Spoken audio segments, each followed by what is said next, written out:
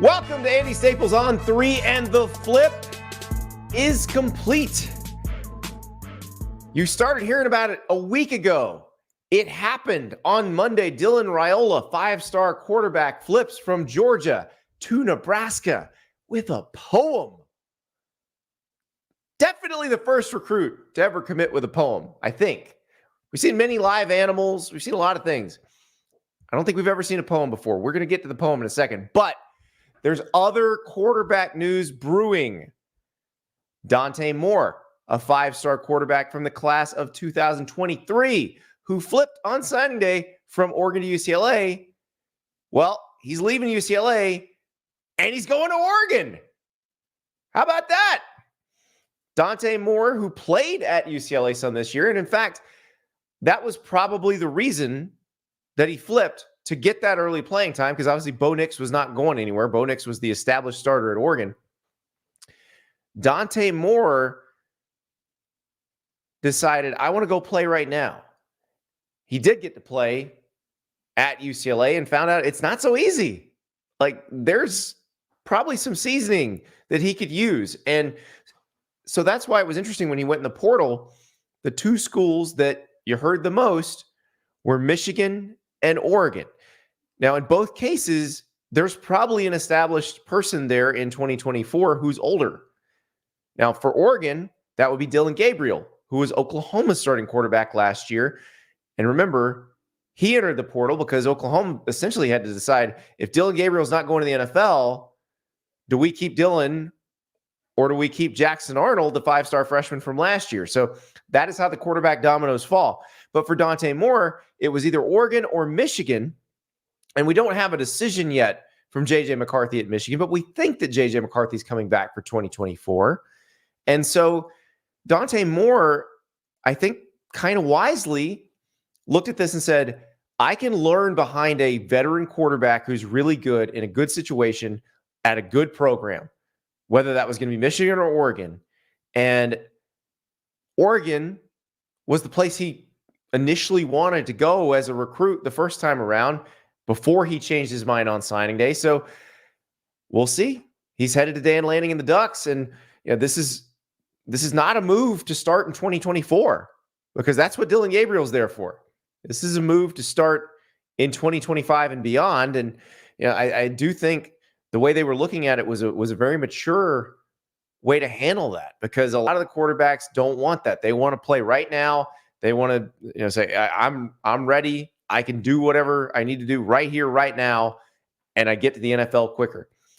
But the point is to get to the NFL better, not necessarily quicker. I think Bo Nix is probably a prime example of that. Bo Nix is a guy who got thrust into a starting role probably earlier than he should have at Auburn, and spent the next few years just kind of dealing with all of that.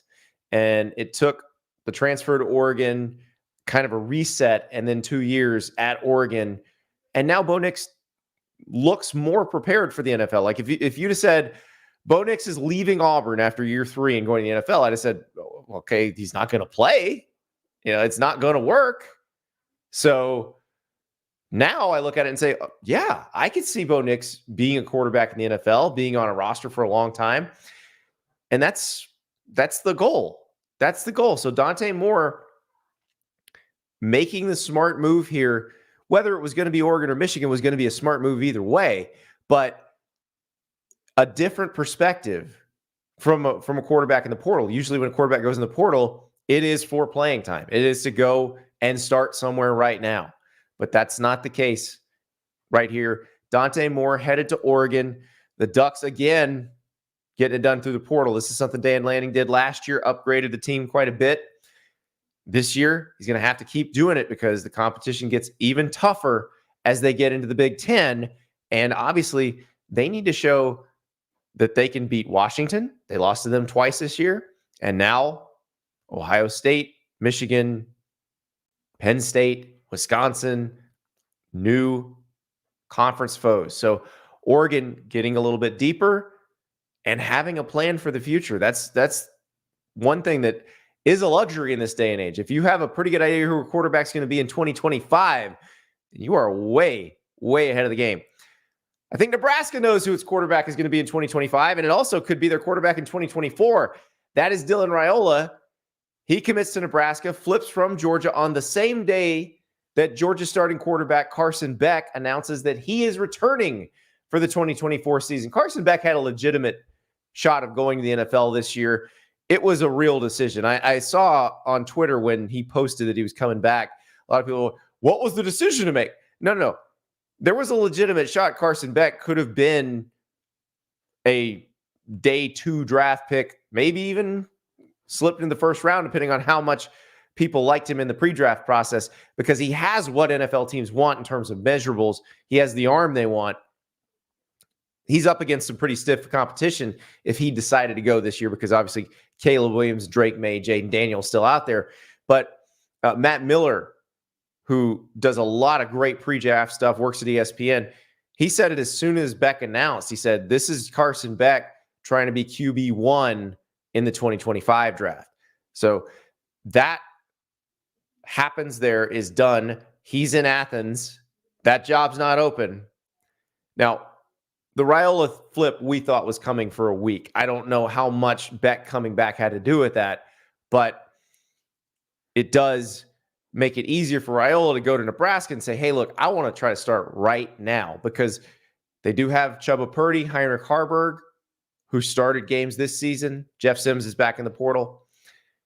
But Dylan Raiola is probably going to get a chance to start. We're going to talk to Sean Callahan from Husker Online later in the show about this commitment, about where it is historically for Nebraska, what it means for Matt Rule's tenure as the head coach there, how important it was to land Dylan Raiola. Remember, Dylan's father, an all-time great Nebraska player. His uncle is Nebraska's offensive line coach. But so this is more than just he's a really good recruit. There is definitely a connection and a legacy, and I think that's what makes this so big for Nebraska fans. Now, Dylan Raiola, as I said earlier, I believe the first recruit to ever commit with a poem. He posted it on Twitter, picture of him in a Nebraska uniform, right next to this poem. I'm going to read this poem to you. It's incredible. In the realm of dream. Oh, I messed it up already. We're going to start over. I can't mess it up already. In the realm of college dreams, where purpose takes flight, enter Dylan Raiola, crafting his narrative in the night. Once lured by Georgia, where powerhouse glory gleamed, yet Nebraska's purpose in his heart brightly beamed. In the scarlet and cream, where legacies entwine, Dylan, like Rogers, Rozier, and Crouch, a hero in the line. No longer a cog in some powerhouse machine, but a quarterback with an even grander ambition unseen. So fellow fans await with hope in the air for Dylan to choose, his purpose to declare. In a weekend's decision, destiny calls to fulfill his purpose, where a new dynasty enthralls. Pretty dramatic. That is very dramatic. Also, a lot of, I'm not going to be a cog in Georgia's machine. I'm going to start a new dynasty at Nebraska, which, by all means, shoot your shot, kid. Like, if you think that's going to happen, that's great. If you're going to make a grand pronouncement, make a grand pronouncement, because that's how you do it. And now, not wrong there. There's a time, basically like when I was leaving high school, that Nebraska was where Georgia is now. They were the machine, but they're not anymore. You're talking about a program that hadn't been to a bowl game since 2016. But the Cornhuskers want back there. They want to be where Georgia is now.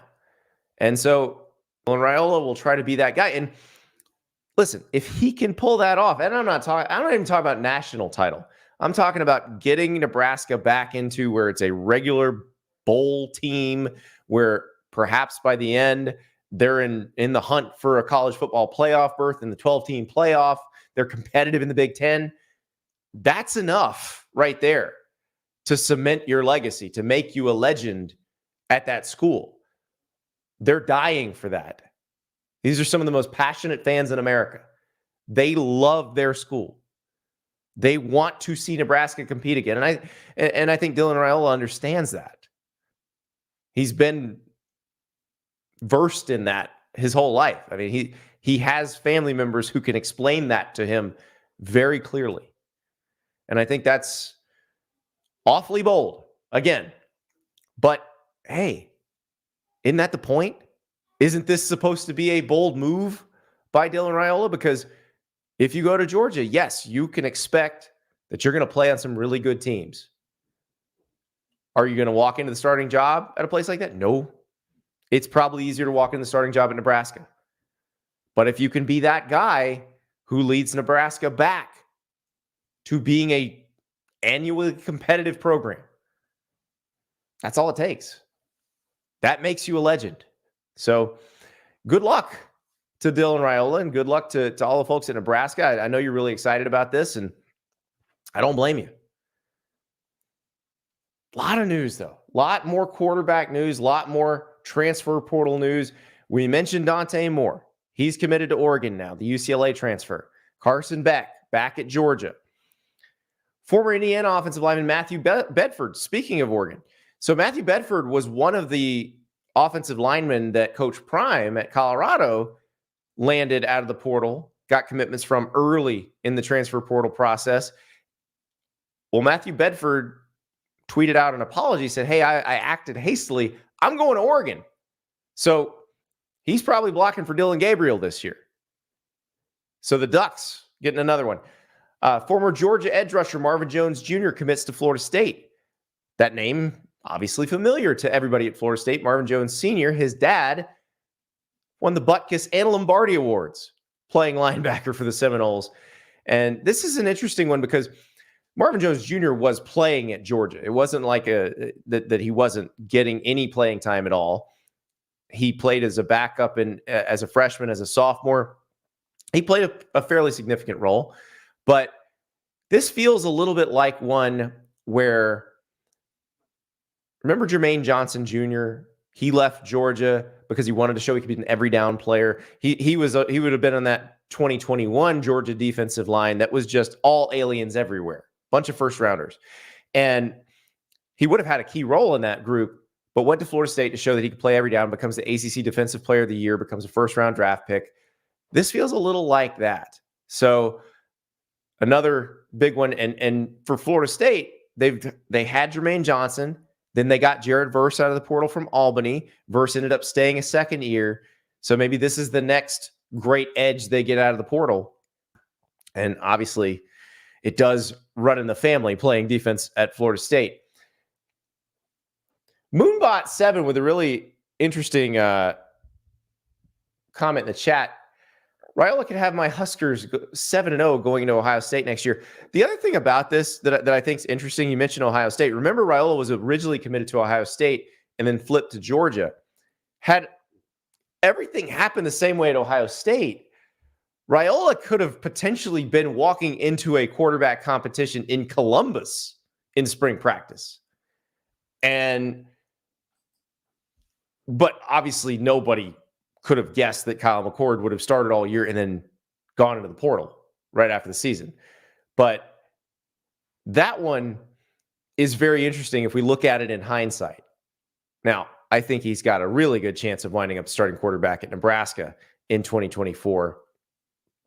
And again, it's interesting that we talk about him and Dante Moore at the same time, because Dante Moore is a guy who was in that position last year, went for the early playing time, and now he's actually looking to get a little more seasoning before he gets back on the field.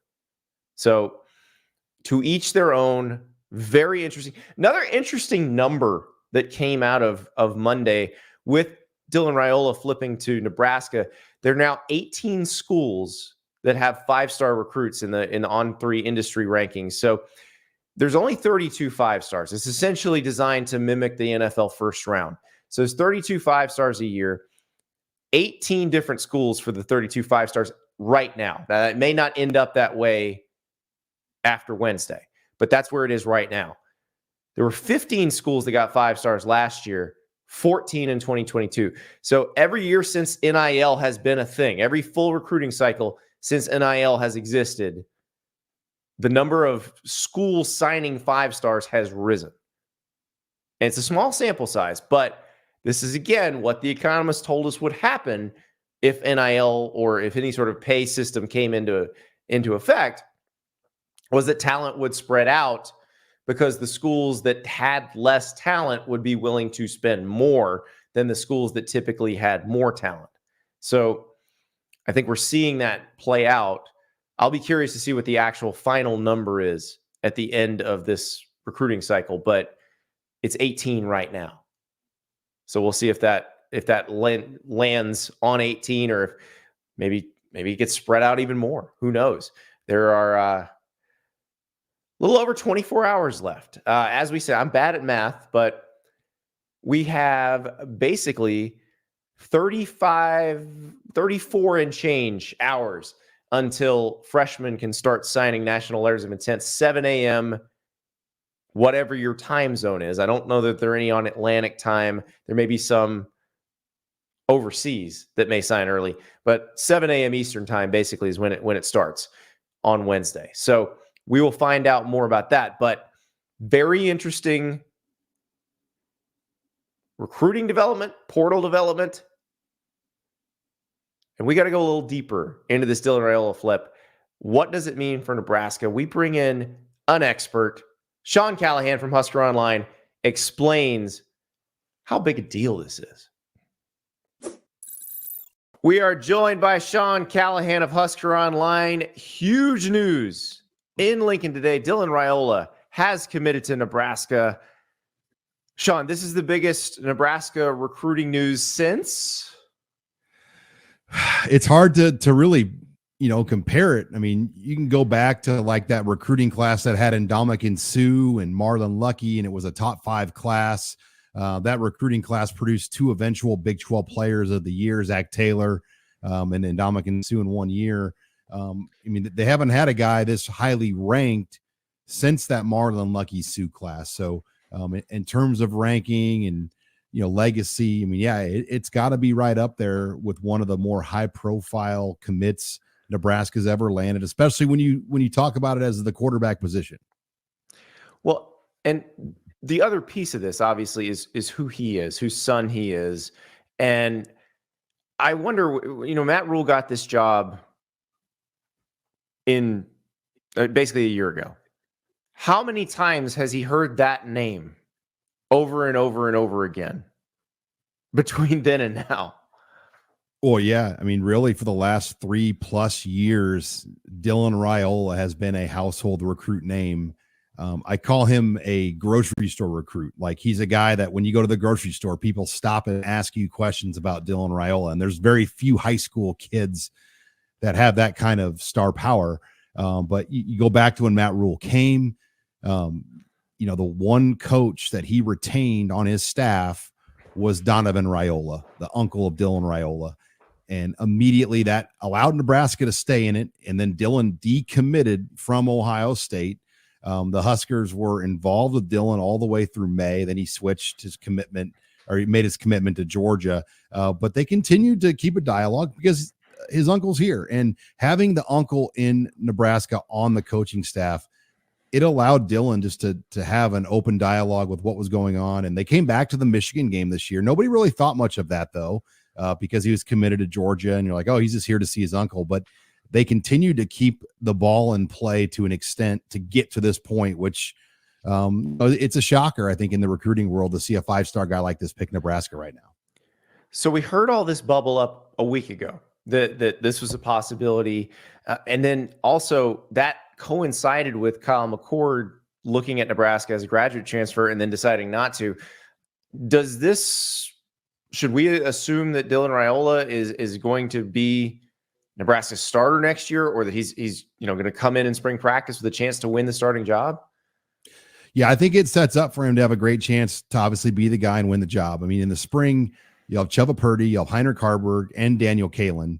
And all of them bring something to the table. Chuba played well to end the year. He's a guy that's been in college 4 years. Heinrich Harburg won 5 games as a starting quarterback. And then Daniel Callahan was an elite 11 guy. So there will be formidable competition. But yeah, I think Dylan Raiola, I mean, if you were to put Vegas odds on it, he's the starting quarterback for Nebraska next year, barring injury or something crazy. And you saw the news out of Athens. Carson Beck announced, and it was almost fitting that the Raiola announcement followed the Carson Beck announcement, almost like that was kind of the thing that brought this thing over the goal line. All right, we know we're going to do this, but the fact that starting at Georgia is not even on the table for 2024, that was kind of the final domino that fell to allow this announcement to go public. Yeah, and I do wonder how much of that, what happened last week coincided with Carson Beck kind of being on in that frame of mind, because, you heard that Beck was thinking about the NFL, but then about that same time last week was when it started to be, okay, he's probably coming back. Yeah, and I don't know what all went down to get to that point Monday, if they knew Beck was coming back, if there's other elements involved, with NIL, et cetera. But it got to that point, and, it was like a bomb went off in Lincoln on Monday night. I mean, you talk to people that were around Kyle McCord Monday night, people that were at the dinner and other things, you would have thought Kyle McCord was going to be a Husker. And things pivoted that quickly with Dylan Raiola at that point. So if you're Matt Rule, you mentioned this is a grocery store recruit. This is a guy that everybody in the world wants to know, are you going to get him? Are you going to get him? Are you going to get him? How important of a get is this for Matt Rule as he goes into year 2, finishes off his first full cycle recruiting class? I mean, it's so important, not for just Matt Rule, but the entire state, the entire program. And Trev Alberts is trying to push forward a $450 million stadium renovation project. Nebraska is trying to push forward their NIL and fundraising for that. Matt Rule is trying to sell what he's doing. And it's pretty easy to now appeal to offensive recruits when you have a 5-star quarterback that you can sell to them, receivers, running backs, etc. So there's a lot now moving forward. And I mean, having Dylan Raiola makes Nebraska more attractive to the Big Ten television partners. I mean, NBC, CBS, Fox, you might want to put a Nebraska game on now if there's a decision, just because of if Dylan Raiola is a sensational freshman guy that could, move the needle. I mean, it's big for so many reasons when you look at it at a place for Nebraska. So is there a chance that this leads to either more flips or some uncommitted guys deciding on Nebraska here in the next couple of days? All bets are off. I mean, they had some other players in town, but they weren't offensive players. They had a couple linebackers, a portal corner. Their numbers are fairly set already for 2024. They're looking at a potential transfer portal running back. The problem, and I think Nebraska's in the spot that a lot of people are in right now. Dante, by the way, the Oregon running back, is a guy that they've had some contact with. But the number situation for everybody right now with the COVID and all the other things, it's so hard. I use the analogy, it's a car only has 5 seats. Well, that's a college football roster, and you're trying to squeeze a 6th person into a car right now when there's not a 6th seat. And that's every college football roster in the country, because you have all these older guys. I mean, I looked at that Montana game, the FCS playoffs, and there's a former Nebraska player starting at left tackle for Montana in his 7th season. So I think the number situation makes it a little bit more delicate, but NIL helps you. You can get creative and figure out ways to get some players in your program now if you play the rule book right with NIL too. That's the thing, Sean, is Nebraska's got a pretty robust NIL program. So it feels like this is the sort of thing, if they can get winning, that suddenly, not maybe right now, but in years coming, that they become an attractive portal destination or an attractive destination for other 5-star recruits. Yeah, you talk about just the fundraising efforts it will jumpstart, because the Pede family has been instrumental in getting Nebraska's NIL to where it's at right now with the 1890 Initiative Collective. But it's got to be more than them. I mean, there's got to be a much stronger booster push, and this is the type of stuff that does that. It raises money for Trev Alberts for the football stadium and so many things. So yeah, there's a major windfall for everybody with Dylan Raiola, and obviously he's got to produce and got to live up to his end of the bargain. But I've seen him several times and watched a lot of his tape, and his arm is as good as you're going to see. Can Nebraska build a team now around him to be competitive? They've got a great schedule for their first 7 games next year, which will be nice to build in potentially a freshman starting quarterback if he is the guy next year. So there's a lot to be optimistic about as Nebraska tries to claim it's the joke here is their offseason national championship. They're the defending offseason national champions, Andy, and they might carry that belt on again this offseason. Well, yeah, every year, and look, I understand why. Like we've talked about this before. This is a place that is obsessed with the football team. That it is the biggest game in town. It's the biggest news that you can have, and you've got to fill that off season. And it's usually with stories about the recruiting class, about the incoming portal players, about new coaches, and there's not going to be anything particularly negative going on then because there's no losses to talk about. So, this is going to be maybe their greatest offseason national championship. Well, yeah, and then the schedule, I mean, they open with some favorable games. They have to play Colorado and Lincoln, which will be a major game. Obviously, Deion Sanders coming here, but Sanders versus Raiola. I mean, you already can see like that headline between Fox and NBC and CBS. I mean, there'll be people that want that game, obviously. So, there's a lot of optimism and excitement, and they return a lot, Andy. I mean, this team brings back just about every key player. I mean, they're going to lose a couple, but it was one of the smallest senior numbers I've ever seen on a Nebraska team. And then they've had very few portal entries too. So there's a lot to be optimistic about because what was the issue? Quarterback play. And they're adding arguably the number 1 ranked quarterback in the country to this team for next year. Well, we will find out. Now, we played a fun game with Zach Berry from OM Spirit. We were deciphering Lane Kiffin tweets over the weekend. They were getting a lot of portal commitments over the weekend. So his tweets were you could kind of see which ones matched which. But I want to ask you to decipher this Matt Rule tweet from a few nights ago. This is Matt Rule tweeting, "Can't wait until people hear what I've heard, see what I've seen, and know what I know. Hashtag GBR," which is Go Big Red. No edges. LOL. What does that mean? The joke amongst Nebraska fans is, hey, they got Raiola, the bourbon was flowing. They were just having fun. But yeah, that was an interesting tweet by Matt Rule because he had been Twitter dark for, most of the football season, if not all the football season. That was, kind of the first barrage of tweets we've seen Matt Rule make since the summertime. But clearly excited about where they're at with things and this recruiting class and how they've put it together to, maybe push into the top 20 for sure, top 25 class. Well, it'll be very interesting. We're hoping to have Matt Rule on the Wednesday signing day show. So I will ask him when he comes on exactly what that meant, because it wasn't lyrics of anything. I thought it might be some song lyrics, but like some maybe deep down Dave Matthews Band lyrics, but that's not what it was. So we will see if we can get Matt Rule to reveal. Yeah, he will. Coach Rule, he's open and honest, and he's not going to, his $1 million to $2 million quarterback comment, that went viral. That got him an appearance on the Pat McAfee show. Exactly. How many 5 and 7 head football coaches get long interviews on the Pat McAfee show? Yeah, Nick Saban gets one every week, but he has a considerably better record. So you're exactly right. But you're right about that too. And that's probably another question worth asking him, because he was the one who so kindly provided us with those numbers to help set the market.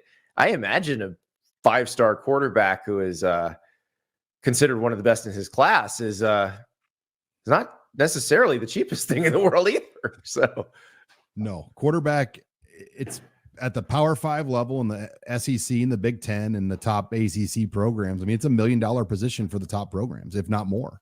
When you look at what this has become with NIL. Well, it's going to be very interesting. And the bourbon probably flowing in Lincoln as we speak. I know the TV station is headed to your house. Like we break into our regular programming kind of news in Lincoln. So have fun with this one tonight, Sean. Hey, thanks, Andy. I appreciate it. And we'll be in touch. Thank you. So Sean mentioned what Matt Rule said a few weeks ago about what it costs to get a good quarterback out of the transfer portal. Andrew had a comment in the chat earlier about that. After Matt Rule cried about how much QBs costed, he did exactly what everyone else did and paid the cost of admission. I have a feeling he probably won't apologize for whining earlier. And fifth quarter tailgate, very quickly, Andrew Rule wasn't complaining. He was setting expectations. That's right. I think that's exactly what was going on. That was a bat signal to the folks who donate to NIL to say, hey, if you would like us to get a quarterback, either a big one out of the portal or a big one out of the freshman class, it costs something. There is a cost associated. So that is the next frontier. And I don't know if it's going to be like this forever. I don't think this NIL system will be the system that rules the day for much longer. I think eventually it's going to be collective bargaining, salary cap, all that stuff. But the best players are still going to cost the most money. The premium positions, quarterbacks, edge rushers, offensive tackles, still going to cost money right now. So this is big, big news in Nebraska, but it's definitely not the only thing going on. Other transfer portal news. Now, we knew that KJ Jefferson was going into the portal because he told us he was, but the former Arkansas quarterback officially entered the transfer portal on Monday. So not entirely sure where he's going to wind up. Some of the places that we've heard, Pete Nakos, our transfer portal guru, said basically looking at Tulane, Houston, Cal, Baylor, Texas Tech, Mississippi State. All of those are schools that might make sense for KJ Jefferson. And it's really a matter of in his case, that's a guy who he's coming to start. He's got 1 year left. He's been a starter at a high level. You're taking him to start. And we'll see where he winds up. But KJ Jefferson officially in the transfer portal. Next up, a guy who never went in transfer portal, Cole Cubelic, Auburn through and through, played for the Tigers all his years, but he is now one of the best sideline reporters in the business. I love games that Cole works because he takes you into the trenches, explains exactly what's going on, and helps show you why teams with the best big people win the most games. But he also has his own podcast, has his own radio show, and just one of the best people to talk to about college football. So Cole and I talked all about the transfer portal, big people, how you build rosters in 2024.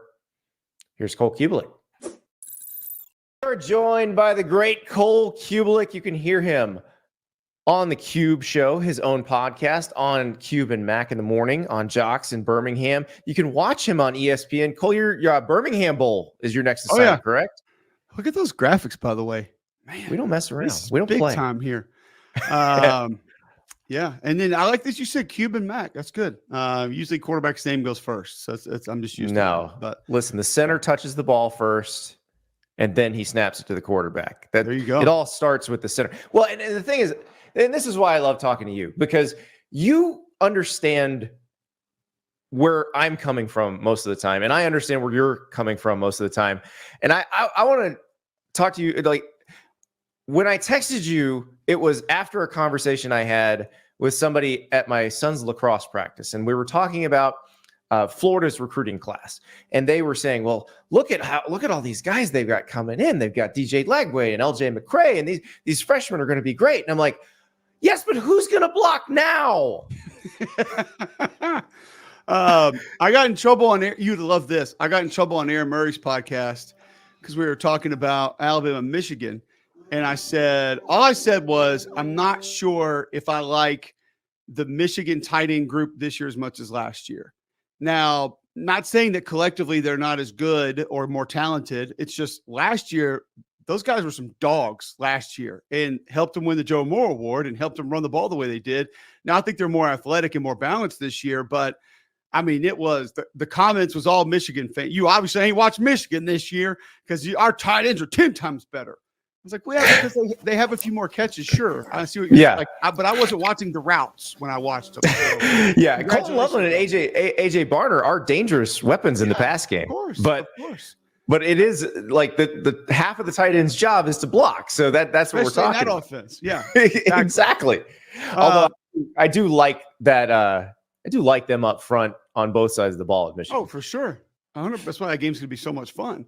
I wonder where we are because you brought up recruiting class. So freshman class, portal class, whatever it is.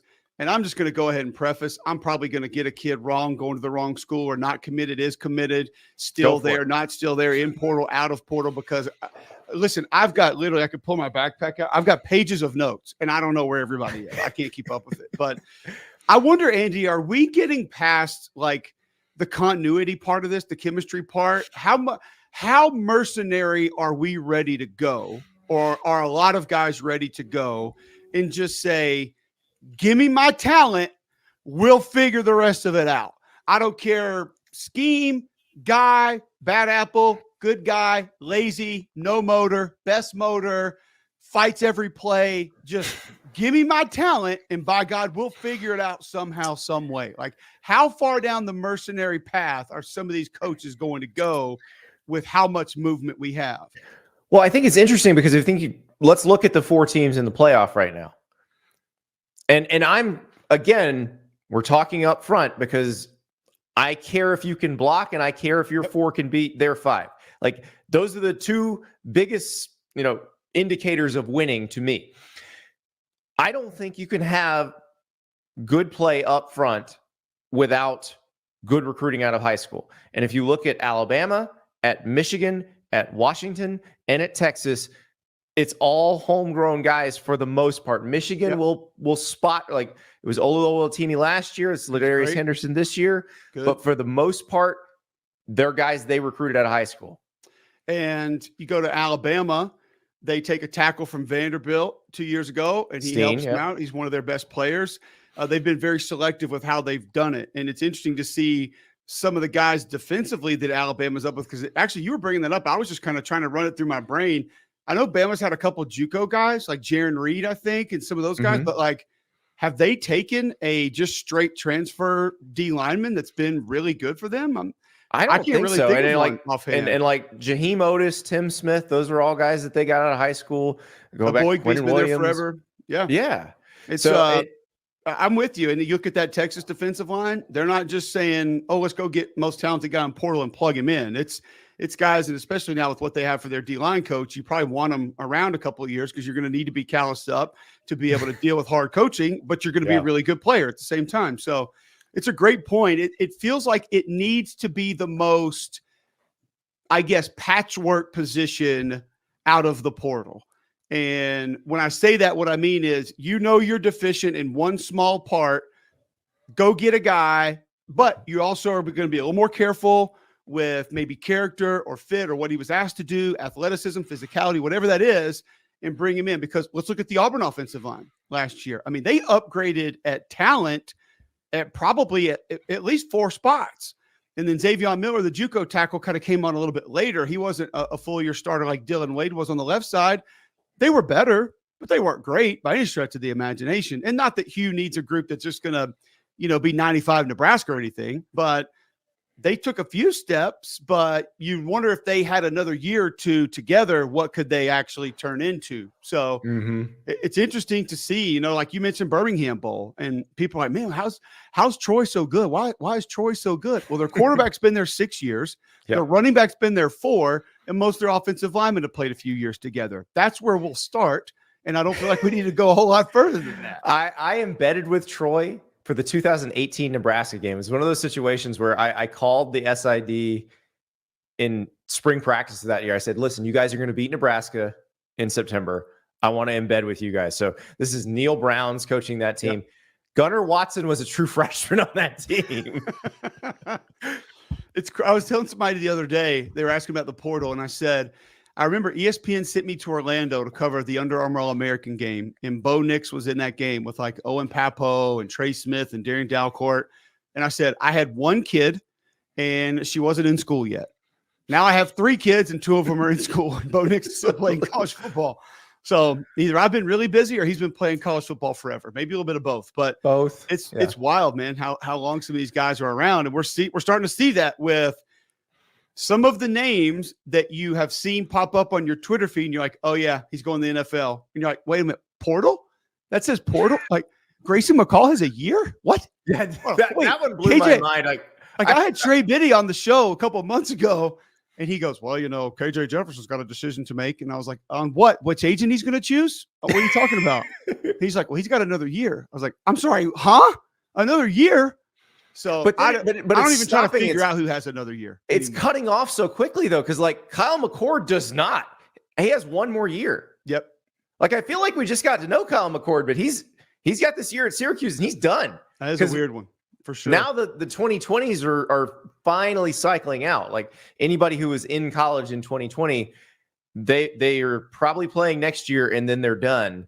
And so it's back to more normal, because that was the McCord thing. I remember when he entered the portal, I was like, oh, he's definitely got like 2 years, 3 years to play. And like, no, he's got 1. Yeah. It's crazy. Yeah, some of these, and that's because we had the conversation, McElroy and I did on our show, I think it was last week, of when is this going to completely cycle out? And when you look at the potential extra years, I think we came up on like 26 is when we kind of have to be done with it. But we'll probably get a waiver or 2 and guy in the 7th or 8th year and still going somewhere. So I don't even know. Well, there might be another federal court decision. You just stay in college forever. Like just keep, imagine if Tim Tebow. Yeah, if Tebow had been allowed to play in college forever, he'd still be there. So he's in good enough shape to. There's no. I know people would still struggle to tackle him. There's no doubt about that. No question. But so it's interesting, this discussion, because Ole Miss is the talk of the transfer portal world right now. Because if Walter Nolan commits, and by the time this runs tonight, he may have already committed. We're expecting him to. But they got Princely Umanmielen from Florida. They got Tyler Barron from Tennessee.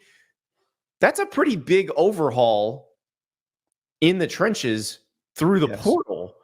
And we don't see that very often. No, and they started this last year. I'm wondering when it's going to go to the offensive side of the ball. But Quincy McGee was actually pretty good for them from UAB last year at guard. One of their most consistent offensive linemen. But they kind of reshaped it last year. Mm-hmm. Where you get a big D tackle from Nebraska that was a little bit different than what they would had. And then you go get Harris from NC State, who, when he turned it on, had the girth and some of the twitch that JJ Pegues had it all, but he just wasn't a defensive lineman yet. He was just, they were like kind of, hey man, just get by people. And he would figure it out. Converted quarterback / tight end / and he's become a much better defensive lineman this year. Yeah. But now, like, Princely has more twitch than anybody they have off the edge. And maybe who was the kid that it was like Freeze's last year?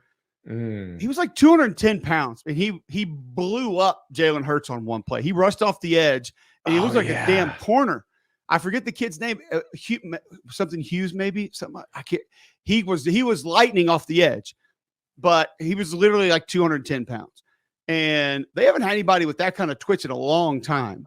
And then you throw in a Tyler Barron, who he came down inside for Tennessee in a lot of their jet packages this year. He's got good versatility. He's got a great frame to rush off the edge. These are different guys than Ole Miss has had for a long time. Like, yeah, they got Isaac Ukwu, and he did some good things for him this year. I don't think he was what sort of the portal people made him out to be, but he was a good football player. He helped. And I said going into last year, Andy, this team will be 20 to 30% better against the run based on structure alone. With Pete Golding, yeah. Pete will have them lined up to stop the run better than what they've done in the last 5 to 6 years. They took that step. Now they need to get a little bit bigger and faster at linebacker. They need be a little more capable at safety, versatility, be able to do some different things. That jack position was one that he didn't really have, that he wants, and he's still kind of looking for. But they're getting close, man, to being able to. You get a DB from Tennessee that has played in 41 games, not a game changer, but that kind of wherewithal. You got to have numbers in the secondary anyway. Like, look at Alabama in the championship game.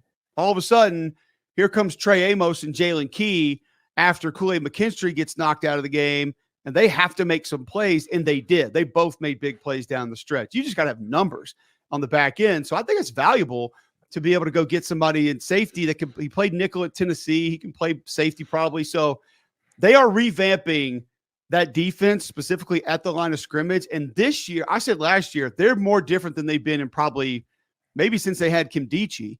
And they'll be even more different this year because they'll have that girth inside and they'll have a couple of guys that are just a legit edge presence.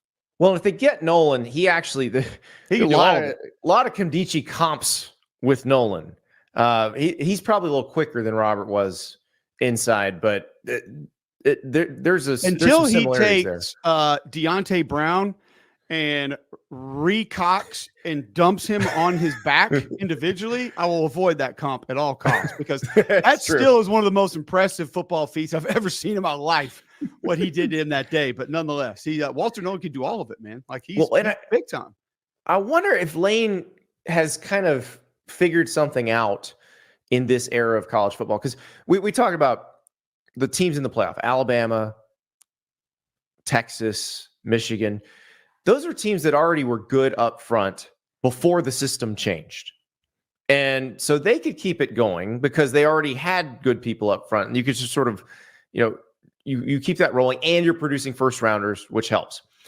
But now it's much harder because it's hard to get those guys in the first place. And when you have one who's good, they can hold you hostage or just go somewhere else for more money. Lane is taking these guys who can't hold him hostage, well, pending the federal court ruling. But if they do have to sit out a year, if they transfer again, he doesn't have to worry about that. Right. It's interesting because we have heard about a lot of guys in the SEC, at least I have in the last 2 years, that took that strategy in the middle of the season and essentially said, going to need a bigger bag or not going to play today. And some have come down to the wire a couple of times. And so it's interesting to think about, is it being thought about that way? Because I haven't heard it openly discussed amongst coaches when I've had conversations with them, but everything's on the table because let's be real. The players have done an amazing job since the portal was introduced, and that was with graduate transfers initially. And then being able, half of them got Thomas Mars involved. And then that was kind of their way to backdoor the thing. And then we changed the rules. And now with NIL, the players are going to find a way to snake the rules. They just are. They're going to figure out how to game the system. And that's okay. It's fine. If it's inbounds, go for it. But they're going to figure out the ways. And this 4-game redshirt rule, we thought that was great. Oh, let's let the guys play. What we didn't know was going to happen was after part-time players, guys who were rotational players, after 4 games, they were going to come in and say, hey, coach, would love to help you on scout team. Not going back in a game this year. Thanks for having me. And some coaches like Lincoln Riley have said, you know what? We put him on scout team. He helped our guys get better. Great. Other coaches have said, kick rocks. Other coaches have said, you can use our facility when the team's not here. Use the academic center, whatever you need. Don't come around my players. You don't have a locker anymore, but you can work out on your own. Good luck to you. I'll help you however I can. So all the different strategies come into play. So you bringing that up just tells me there's probably another strategy that's out there that we hadn't thought about or haven't heard discussed that they're trying to implement. Well, that's the thing. Everything is trial and error right now. Right. Anybody who thinks they know what they're doing is lying. Everybody's just trying stuff. And like I brought up Florida at first. Billy Napier came in with an idea that he was going to build that program the way that programs were built 5 years ago, 10 years ago, 20 years ago. And through no fault of his own, everything changed on him. And I don't know that that's going to work now. It's a great point. And part of these strategies, even if they are working, are you going to have time to make them work the way that you need it to? And that's what we also don't know, is that because I think moving forward, we've had a lot of conversations about the SEC and some of the other conferences that are getting away from divisions. Is it going to be harder to win the league now? How hard? It's going to be impossible for some of these mid-tier teams to win the league. Okay, maybe. But are we going to reevaluate that actually making the playoff is not only more important, but actually more realistic than winning your conference? Yeah. And if Missouri or Ole Miss or Mississippi State if they get a playoff bid, Florida gets a playoff bid, you're good. You're Yeah. fine. You take that back and say, hey, man, we made the playoffs. We're good. We had a chance to play for a national title. All right, cool. We're also going to have to reevaluate 2 lost teams, 3 lost teams, maybe some 4 lost teams. Like I think great examples this year are LSU, Arizona, teams like that nobody would sit back and say, yeah, but they beat them. Yeah, but they had to play them. Like nobody's saying, oh, man, they had to go through Arizona. They had to get through Arizona. That's a damn good football team with really good players, by the way. Like NFL receiver, NFL left tackle. Exactly. Yeah. NFL running back. Like they're really good.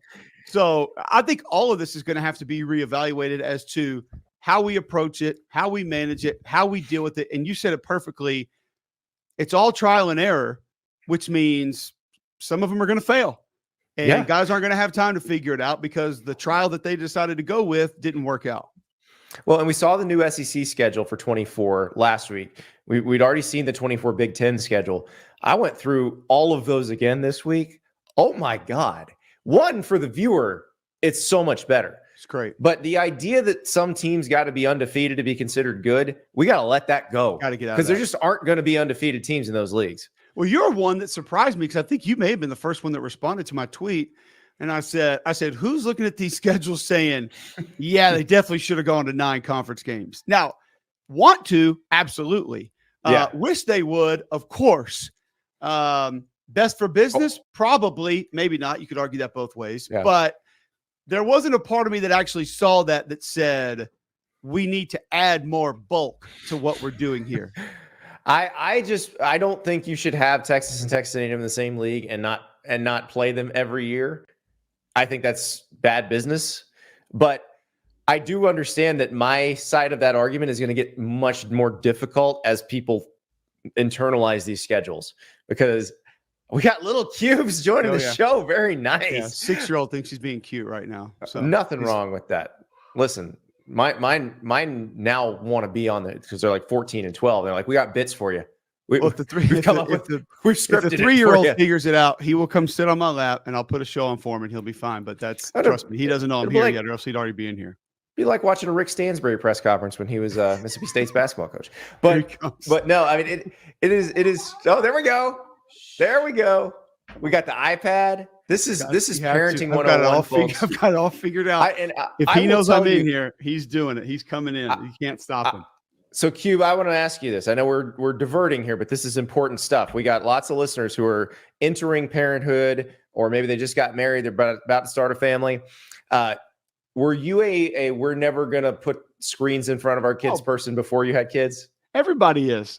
Everybody likes to talk that talk and say, my kids will never have technology. My kids will never do that.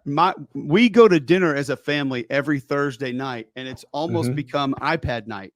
It's because my wife and I just want to have a conversation at dinner. So, we go out there and, that's the night that they know they're going to get to watch their iPads and get a little extra screen time. And the only way to keep this one quiet when he comes in here is to do what I've just done. What are we watching? What are we watching?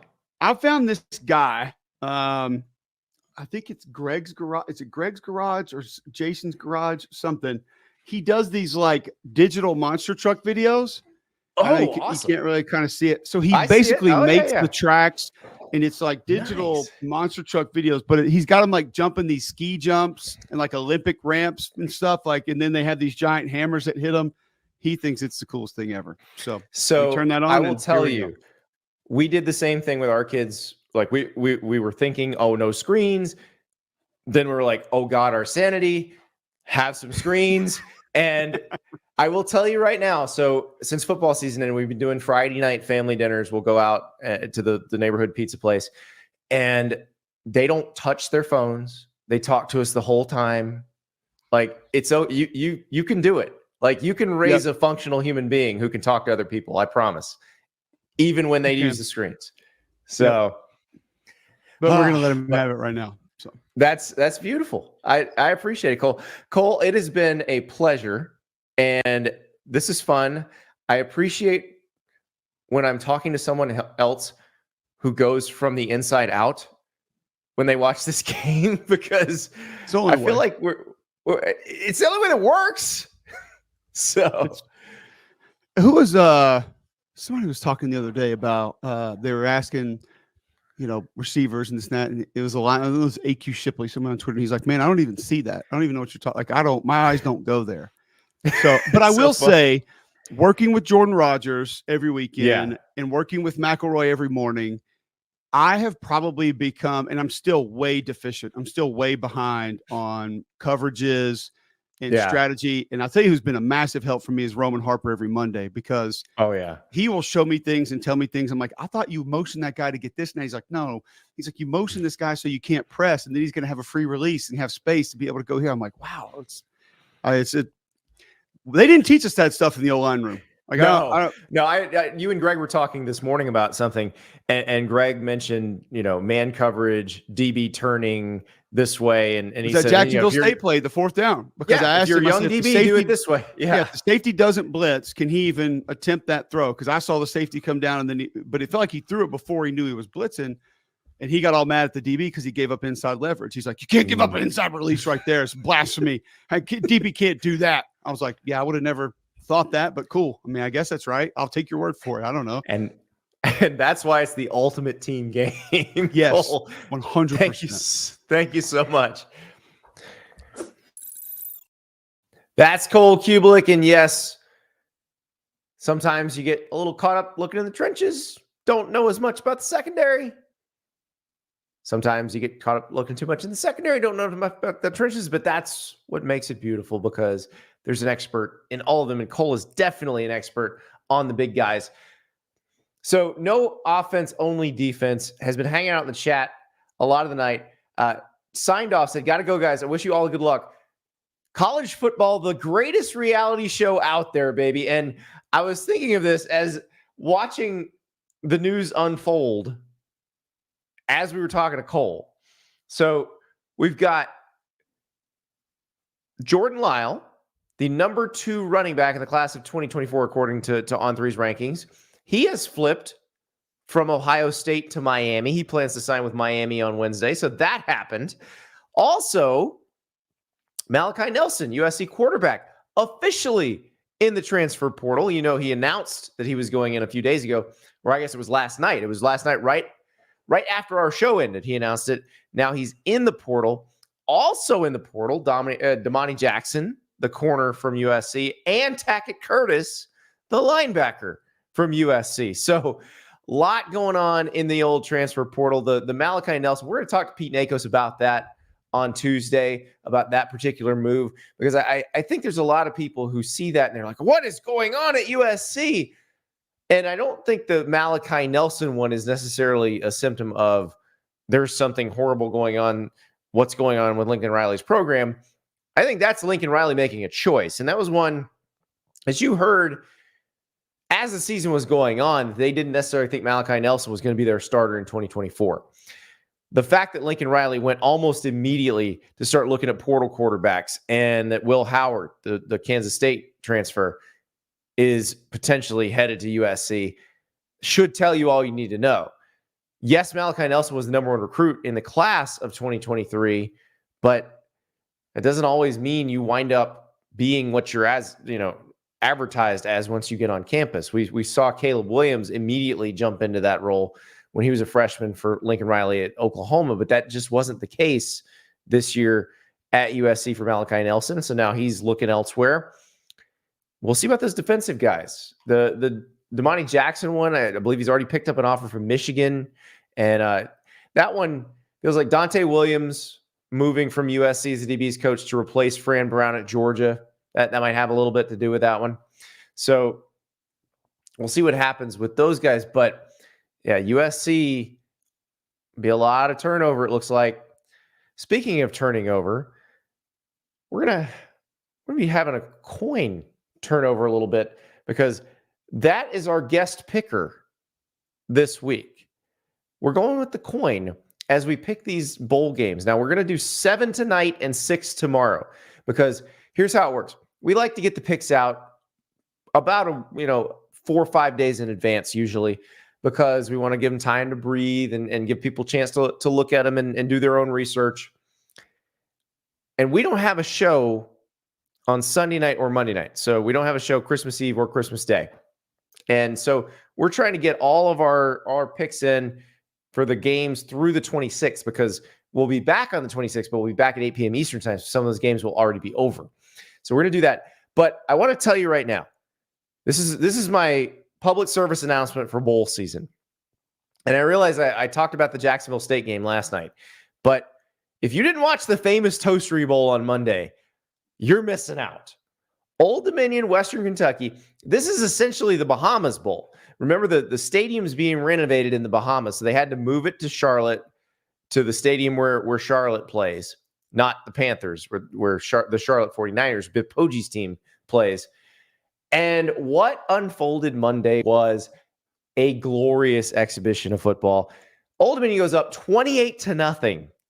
Western Kentucky comes back, ties it at 35 with 19 seconds left. They go to overtime. Old Dominion gets the ball down to the 1-yard line. 2nd and goal, really from the 1-foot line. They can't get it in. They try the brotherly shove on 3rd and inches. They can't get it in. They had a player jump. They decide to kick a field goal. Western Kentucky blocks it.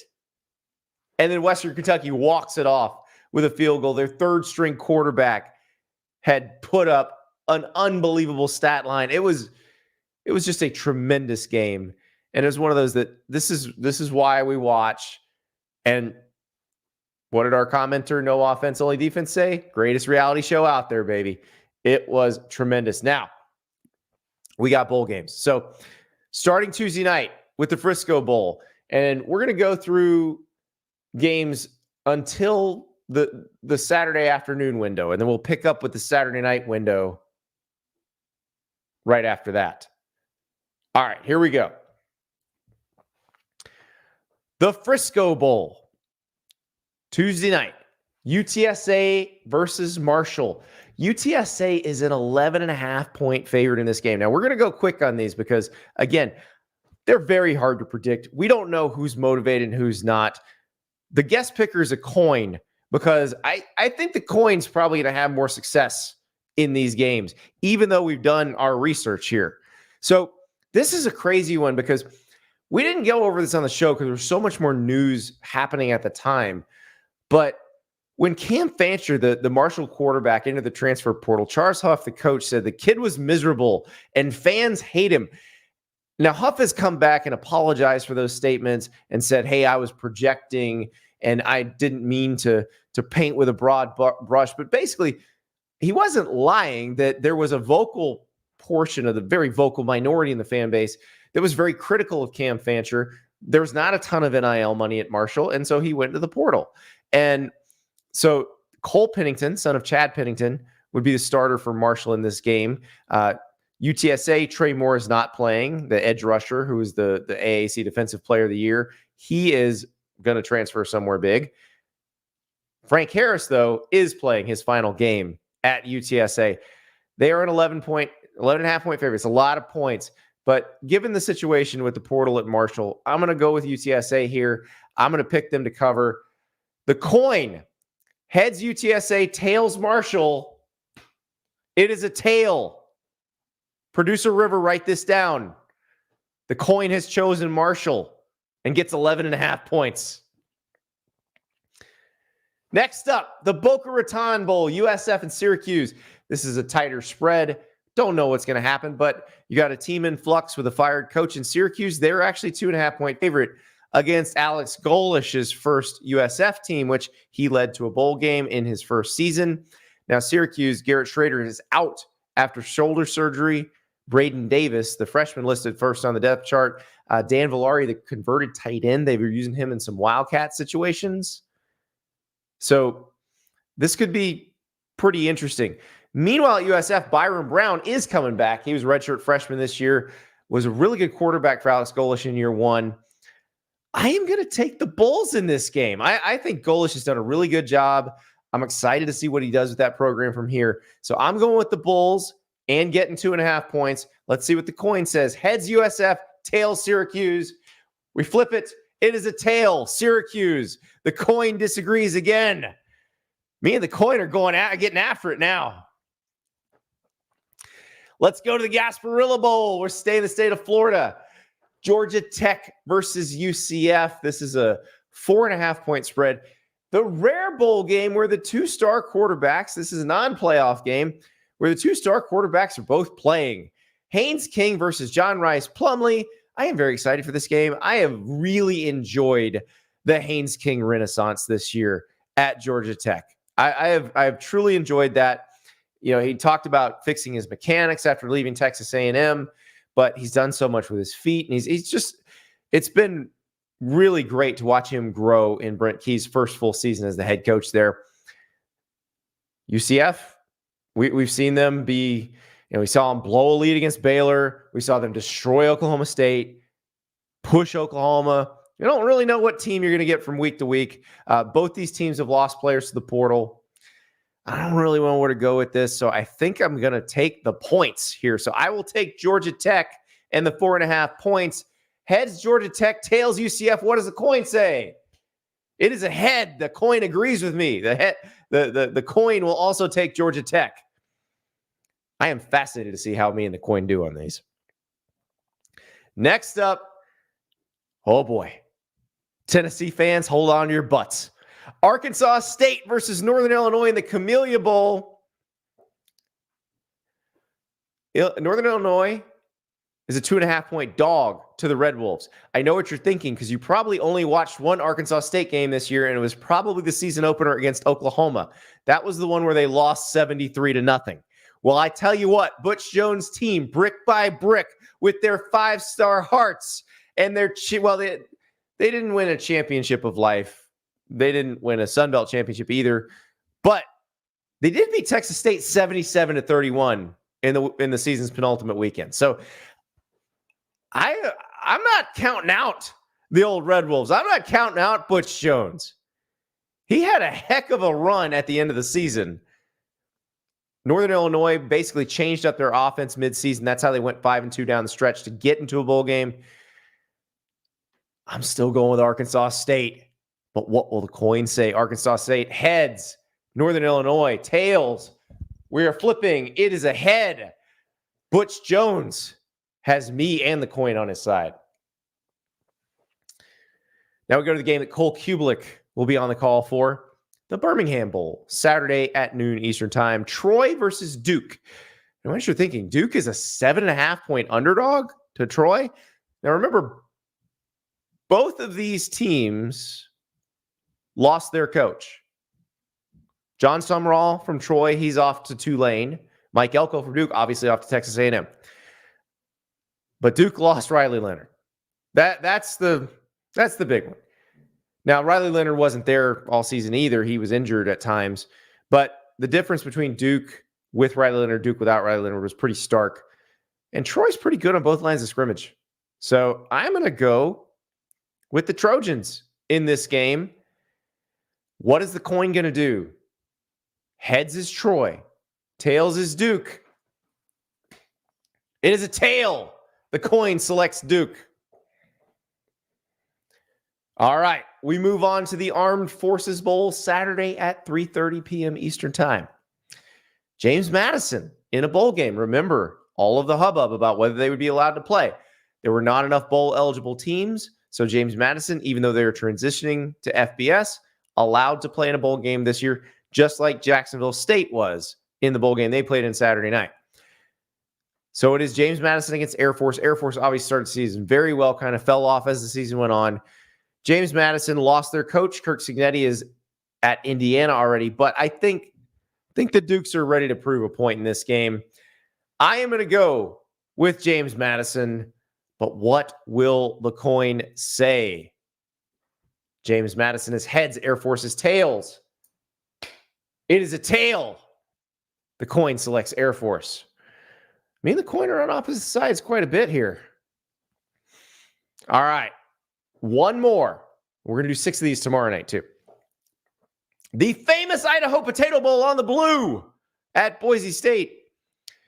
Georgia State against Utah State. The Aggies are a 3.5-point favorite. Now, quarterbacks Cooper Lagasse and McKay Hill said both hurt for Utah State. Levi Williams got his first start in their season finale.